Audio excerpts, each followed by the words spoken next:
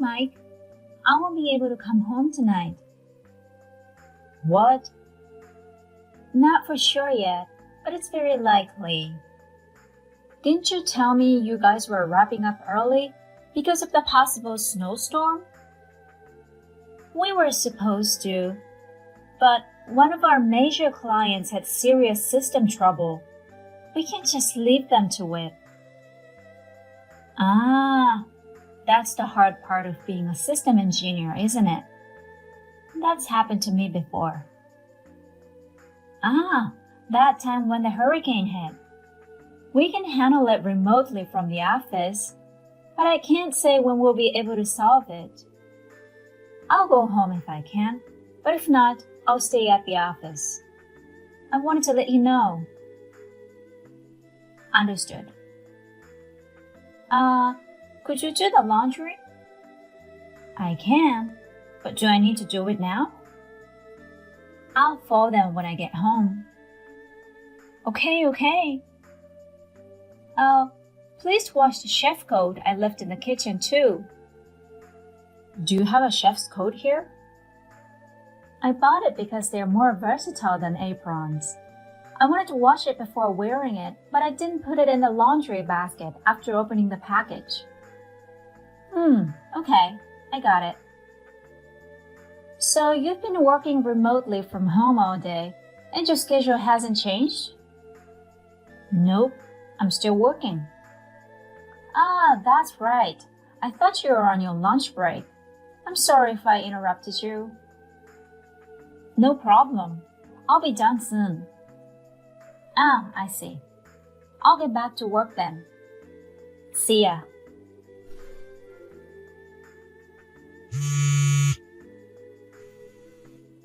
Hey, Mike? You're not at home? Where did you go in this heavy snow? What's going on in your backyard? The lady across the street called to tell me that a woman was lying in the snow in our yard. She called an ambulance and took care of her since we weren't home. I can't go home because of this heavy snow. I don't know where you are right now, but I wanted to let you know. Call me when you see this. Mike, you haven't come home yet? It looks like your phone's dead. We need to talk about the person who was rushed by ambulance from our yard. So please call me as soon as possible. You're in a bad position. Amy? What's going on? You sent me so many messages. Ambulance? What are you talking about?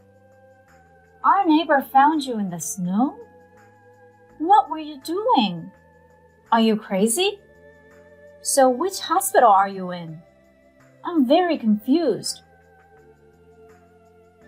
Huh? I'm still at work. And I don't think I should go home right now. What? So what are you talking about? I mean, someone found you in the snow and you were sent to the hospital. Did you read my messages carefully? So you're not in the hospital. Go back and reread them, word for word.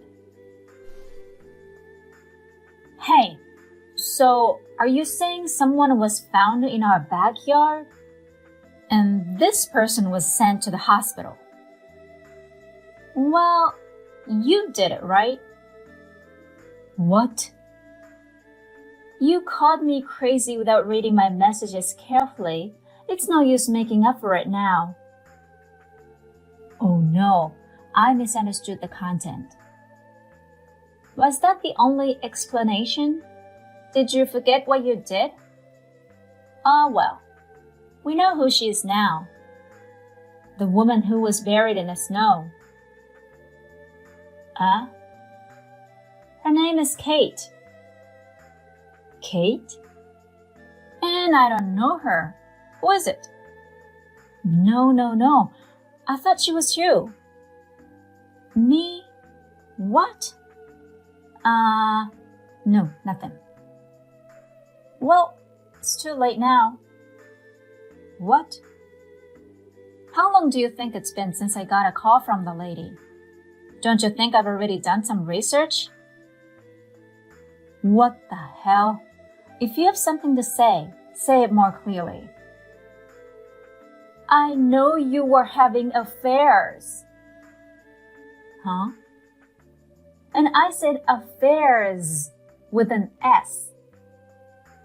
Come on, Amy. Why would you say such a thing? Well, let me explain then. Yesterday, when you found out that I couldn't come home due to a heavy snowstorm, you texted Kate to come over. Kate said no, so you texted another girl to spend a night together. Probably because of the snow, you went to pick her up, and our house was temporarily unoccupied. As usual, you forgot to lock the front door, which was a big mistake. Oh. Then Kate arrived. She probably wanted to surprise you. The front door was open. She figured you were probably at home working, so she went inside without saying a word. Then she started cooking, wearing my shift coat in the kitchen. What? Hey, wait. Then you came home with the other girl. When you saw Kate in the kitchen, you thought I had come home earlier. You panicked because you thought I would find out about your affair. Without checking her face, you threw her out of the kitchen to the backyard where the snow began falling heavily. Was that Kate? You and the girl decided to go somewhere else and left Kate in the snow. This time, you did lock the door. I don't know where you went after that, but you've been with the other woman, haven't you? Well, what happened to Kate? She broke her leg when she was thrown out in the yard. Oh. You told her to be in the snow all night long. She couldn't stand up because of the pain, and the snow worked as soundproofing when she was shouting for help. Few people were outside due to the heavy snowstorm. Eventually, the lady across the street found Kate buried in the snow and called an ambulance. After that, she's alive, but she's in the hospital. Which hospital? Are you visiting her? I don't know. To be honest, I don't feel any sympathy for her. But I'm not so insensitive as to give information to the person who put her in the hospital. So, I won't tell you.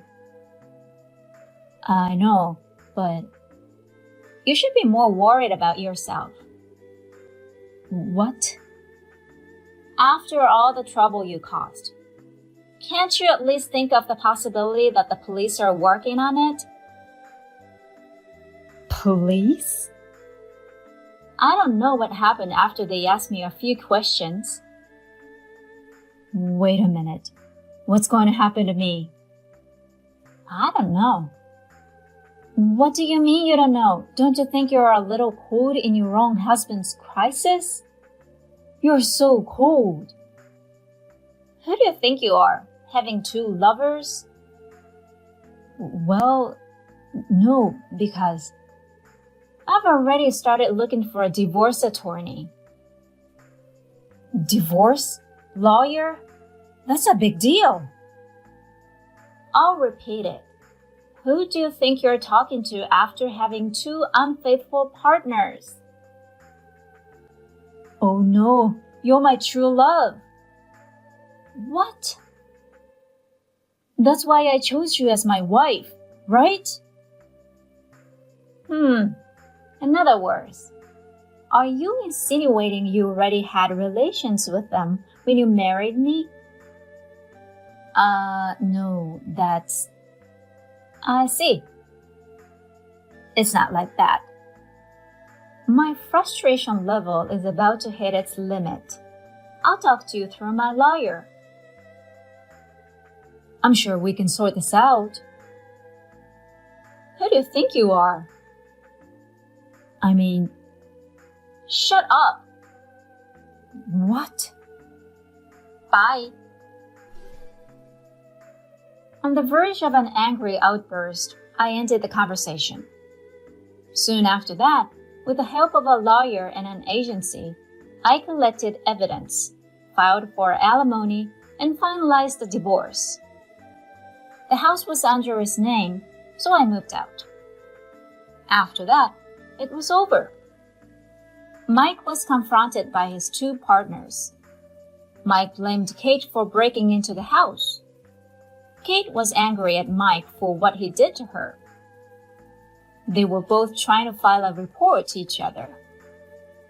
Mike could not handle anything by himself and asked me to help him. I had to change my number so that he could no longer call me. I can't thank the lawyer enough for moving so quickly before I got involved.